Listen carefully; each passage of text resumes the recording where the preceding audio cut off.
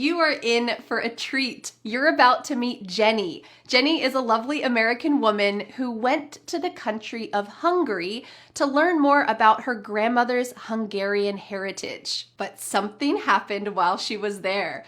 Have you ever watched those cheesy romantic movies where the man and woman are walking along on the sidewalk and then boom, they bump into each other, look into each other's eyes, and it's love at first sight?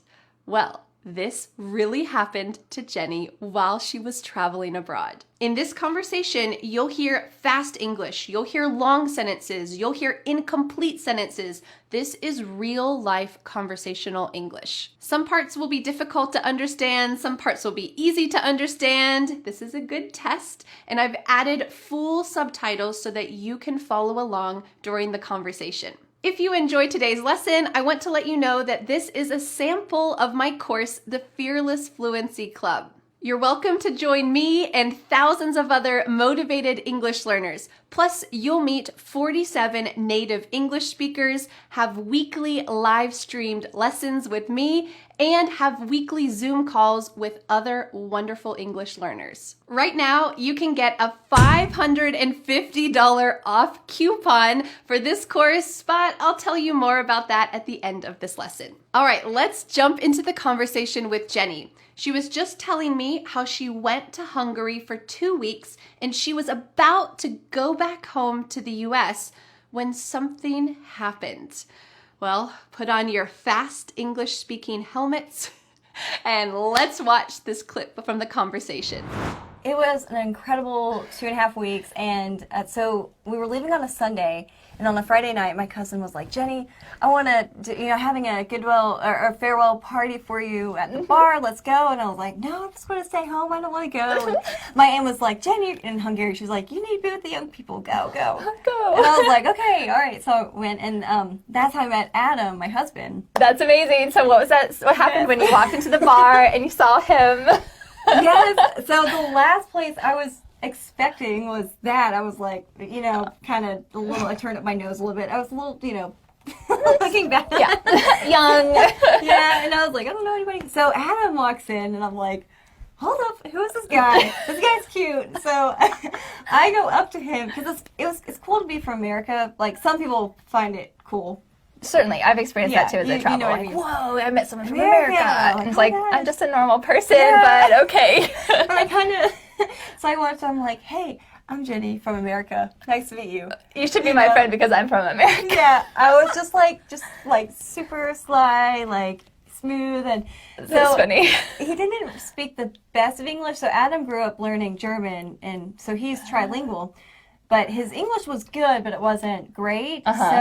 So I probably only understood like 60% of what he said. That's all you needed. But so we talked the night away until like 4 a.m. and then we literally spent that day and a half together before I left. And I was like, I'm in love, but with this guy who lives in Hungary, like across. And we're leaving tomorrow. Yeah, I was so sad. It was really sad. Aww. So we left, and then I get this message from him saying that he was booking tickets to come see me 3 weeks later. That's and I was so like, beautiful. He just saw you for a day and a half and was like, I'm going to pay money to travel halfway across the world to see you. And it's expensive. Like, for Hungarians, I think it was like $1,000. Whoa.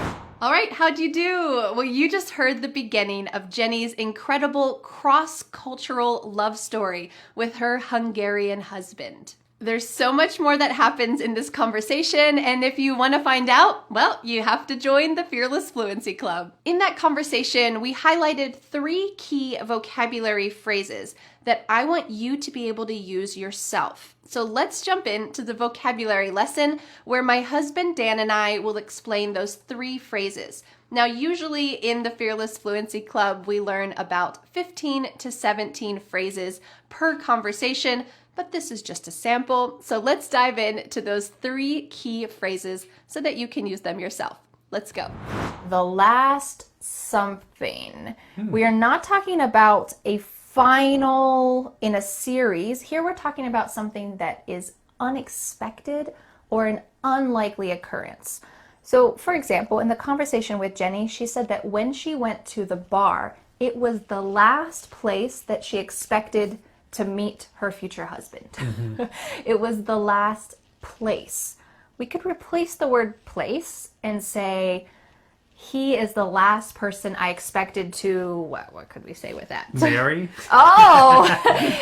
When I met Dan, he was the last person I expected to marry. Jeez. But we did. It's not That true. would mean I made a really bad first impression. Yeah, I don't think you were the last person I expected I wasn't to marry. that far down the list. Yeah, so we could use this for really anything. Maybe if, for Dan, if he told me one day, I'm going to go get my PhD in astrophysics, I would be a little shocked and I might say, oh, astrophysics is the last subject that I thought you would want to study. Yeah. So this is kind of so far from reality, it is unexpected. Yeah. And it's the last subject, the last person, the last place, the last subject. Something very surprising. Yes, very surprising. And I know for myself personally, I would have said the last place I thought I would live would be South Carolina. You thought I was going to say South Korea, did you? Oh, so when you were So when I was growing younger, up, I didn't even know where South Carolina was on a map. Probably maybe you because- don't either. Maybe you don't. But anyway, so I could have said the last place I expected to go to college was South Carolina. But that's where I ended up going because I just visited and I liked the campus and I said, okay, this place is nice. And that's where I went. Yeah, so it's an expectation that's surprising, something unexpected. Oh, Dan actually went to college in a really unusual place, at least for him, in least for South me. Carolina. It was the last place he thought he'd go to college. Yeah. And again, this is usually never literal.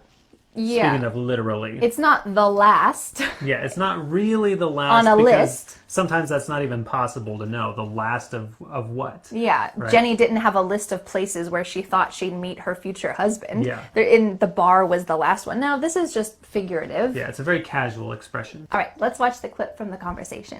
The last place I was expecting was that. I was like, kind of a little, I turned up my nose a little bit. I was a little, looking back. Yeah, young. The last place I was expecting was that. The last place I was expecting was that. The next expression is to turn up one's nose at something. And this means snobby. Maybe another expression we use is high and mighty. It's somebody who thinks they are better than other people. They turn up their nose at them. So somebody might say this. We usually say this about other people, right? So I knew I didn't like him when he turned up his nose to the idea of playing board games at our house. He just wanted to go to a fancy restaurant. Right. He didn't want to come over to the house and play games. He turned up his nose at the idea of Right. board games. And this implies that this person would rather do something, like you said, expensive.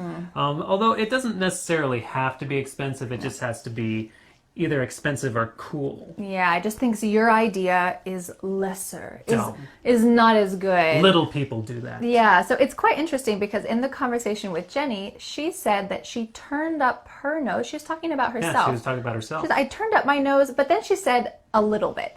So she's kind of making it a little less strong. She said, I turned up my nose a little bit about meeting someone at a bar. So she thought that people who aren't serious about relationships don't meet people at bars. And that's kind of true. Yeah. If you meet your husband or wife at a bar, you're pretty lucky.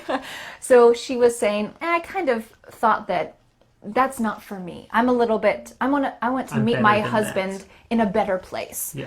But in the end, it worked out for her. So she was using that about herself, but she used it in kind of a lesser way by saying, I turned up my nose a little bit. Yeah. A little bit at that. Yeah, and I would say that's interesting she said that. I think it's a little unusual to use it from a first-person perspective. To say that I turned up my nose at something. Yeah, usually we talk about that with someone else. Like, oh, I knew that our friendship wouldn't last because she just turned up her nose at every idea that I had. I just wanted to go for a walk in the park or drink some tea at a coffee shop, and she thought that all my ideas weren't good enough. She just turned up her nose at all my ideas. Yeah, in that case, it's kind of negative. You might be complaining about someone you met. They turn up their nose. Oh, I'm better than that. All right, let's watch the clip so that you can see how Jenny used this. The last place I was expecting was that. I was like, you know, kind of a little, I turned up my nose a little bit. I was a little, you know, looking back. Yeah. Young. I turned up my nose a little bit. I was a little, you know, I turned up my nose a little bit. I was a little, you know. The next expression is to talk the night away. And that means simply that you're talking all night and usually you forgot about time because you're lost in conversation. Yeah, it We usually talked the night implies away. a good conversation. Yeah, you could also use this to say we danced the night away. Maybe you were at a friend's wedding and you and your husband just danced the night away at the wedding. In the US, we always dance at weddings, or usually. So maybe you had such a good time that you're just dancing the night away and then you realize, oh, it's 2 a.m. So you were just kind of lost in that moment. Has there ever been a time when you talked the night away? Yes, for sure. With you. Yeah, all the time. Many a time, especially when we were dating and we were long distance for a while. So we would often call each other and we would talk the night away on the phone. So yeah, we would spend a very long time and not look at the time at all. You would get lost is something you might say. Get lost in conversation. Yeah, we were lost in conversation. We talked the night away because we were having a good conversation together. So you just kind of forget about time. And that's the way that Jenny talked about it with her future husband, that when they first met each other, they talked the night away. They had such a good bond and such a good connection that they just lost track of time. They talked the night away. Yeah. So I want to know for you, have you ever talked the night away with anyone? Yeah. Just And gotten it can lost? be a group as well. It doesn't have to just be two people. Yeah. We all talked the night away. Yeah, we talked the night away and then our families went home. It's a great way to use it. All right, let's watch the clips so you can see how it was used. So we like talked the night away until like 4 a.m. and then we literally spent that day and a half together before I left. And I was like, I'm in love. But we like talked the night away until like 4 a.m. We like talked the night away until like 4 a.m. So, have you ever talked the night away with someone? I know that I have, but it's been a long time. Now that I'm a parent, I get tired fast. Too tired, too fast. Well, if you enjoyed today's real-life English lesson, I would like to invite you to join me and thousands of other motivated English